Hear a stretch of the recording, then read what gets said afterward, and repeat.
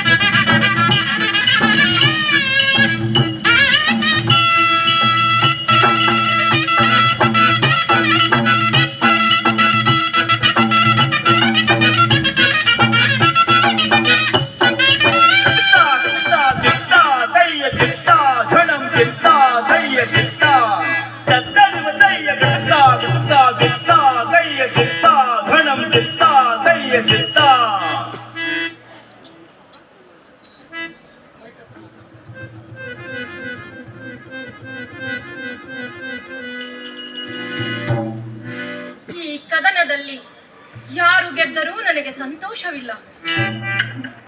ನನ್ನ ಬಾಳಿನಲ್ಲಿ ಬರೀ ದುಃಖವೇ ತುಂಬಿದೆ. ನಾನು ಕೊರಗಿ ಇತರರನ್ನು ಕೊರಗುವಂತೆ ಏಕೆ ಮಾಡಬೇಕು?